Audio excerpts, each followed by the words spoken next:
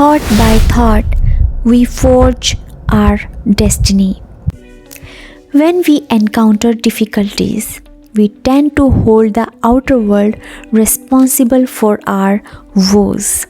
But the circumstances do not come by the throw of a dice.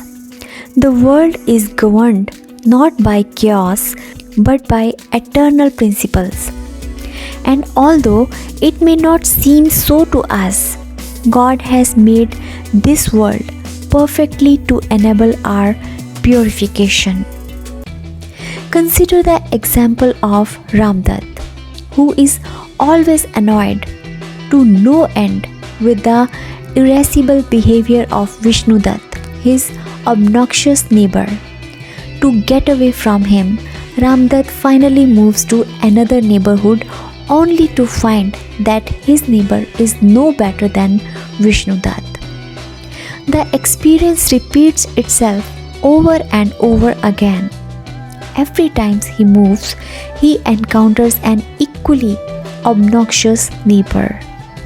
Eventually, Ramdat decides to see the situation positively and begins using it as an opportunity to develop his own tolerance and patience, the very two virtues in which he is deficient.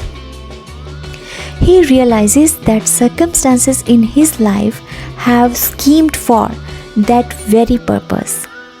When he finally masters equipoise, despite the worst behavior of his neighbor, he suddenly finds the situation changing. Lo, behold, wonderful citizens begin moving into his neighborhood. In this manner, the material energy, Maya, arranges for the salvation of our soul. Circumstances come in our life for a purpose, and they remain until the purpose is served. When we have learned the lessons intended for us, the environment naturally changes and leads to a new set of situations that carry within them another lesson. This is a simple explanation of our life circumstances. Everyone is a mixture of virtues and frailties, just as situations are a myriad web of intricate constraints and opportunities. It is naive to think that we understand the precise reason for any particular situation in our life. Many circumstances are the result of our karmas or past actions, either in the present lifetime or in prior ones. It's literally time for stock taking.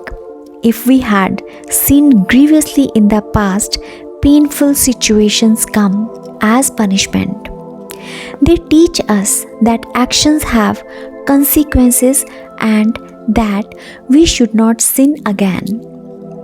At other times, God merely supplies us a rope to hang ourselves with, the situations providing ample opportunities to indulge in our most debased desire. Lessons follow much later through ill health, penury, and infamy, among others.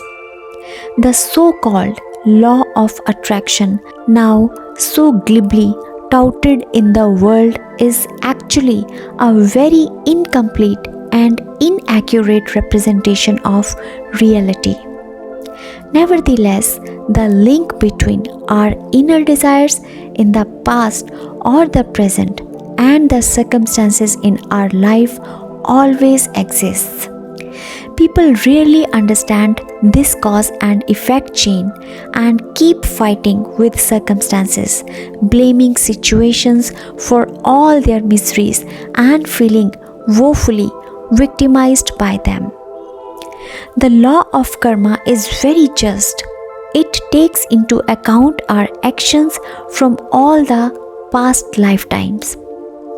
Where we are in life today is the result of our thoughts and actions in the past. Our thoughts today decide where we will be in life tomorrow. Rather than play the blame game or curse lady luck, we must focus on improving ourselves.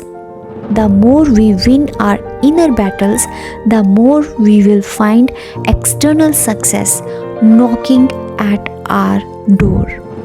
It's quite simple. Thought by thought, we forge our destiny.